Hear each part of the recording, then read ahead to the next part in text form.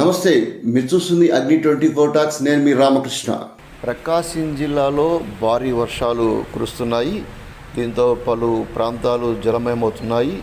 పాఠశాల ఆవరణలు కూడా జలమయం కావడంతో పిల్లలు బడికి వెళ్తూ మధ్యలో నీళ్ళలో ఈత కొడుతున్న దృశ్యాలు మనం చూస్తున్నాము.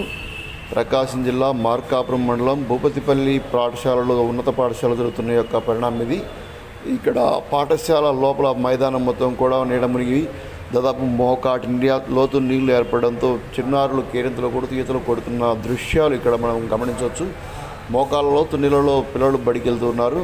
అయితే ప్రభుత్వం అధికారికంగా పాఠశాలకు సెలవు ప్రకటించడంతో పిల్లలు మరుసటి రోజు బడికి మానుకున్నప్పటికీ మొదటి రోజు వచ్చిన వర్షం కారణంగా నీరు పూర్తిగా చేరడంతో అక్కడ పిల్లలు చాలా ఇబ్బందులు పడ్డారు.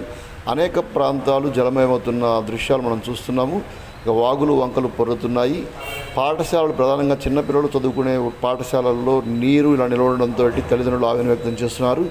గత ప్రభుత్వము ప్రస్తుత ప్రభుత్వం కూడా పాఠశాలల అభివృద్ధికి అత్యంత ఎక్కువ నిధులు ఇస్తూ ప్రత్యేకంగా దృష్టి సారించామని చెబుతున్నప్పటికీ పాఠశాల లోపల గుంతలు లేదా వాగుల్లో తలపించే విధంగా నీరు నిలబడే విధంగా ఉన్న మైదానాలను చూస్తే ఇక్కడ ఎంత అభివృద్ధి జరిగిందనే ఇట్లా అర్థం చేసుకోవచ్చు.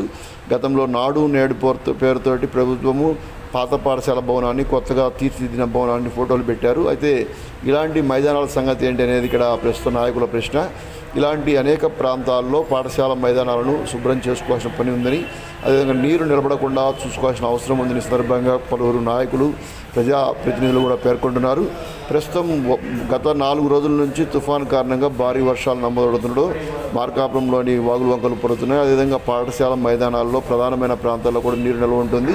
ఇప్పుడు మనం చూస్తుంది మార్కాపురం మండలం భూపతిపల్లికి సంబంధించిన ఉన్నత పాఠశాలకు సంబంధించిన యొక్క మైదానము. ఇక్కడ నీరు నిలబడడంతో పిల్లలు అక్కడ ఈత కొడుతున్న దృశ్యాలు మనం చూస్తున్నాము. అదేవిధంగా మోకాటి లోతు నీళ్ళలో స్కూల్ బ్యాగ్ తగిలించుకొని పిల్లలు పాఠశాలకు వెళ్తున్న దృశ్యాలు కూడా మనం చూస్తున్నాము.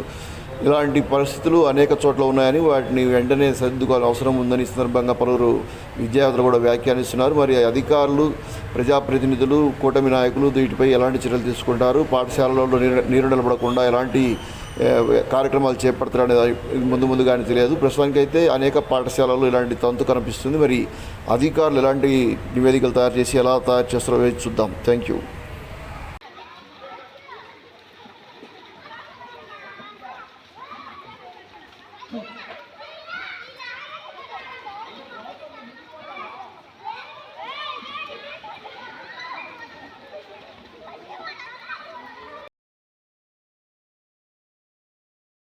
ఈ వీడియో నచ్చితే లైక్ చేయండి, షేర్ చేయండి, సబ్స్క్రైబ్ చేయండి, మా ఛానల్కి సపోర్ట్ చేయండి. థ్యాంక్ యూ ఫర్ వాచింగ్ అగ్ని 24 టాక్స్.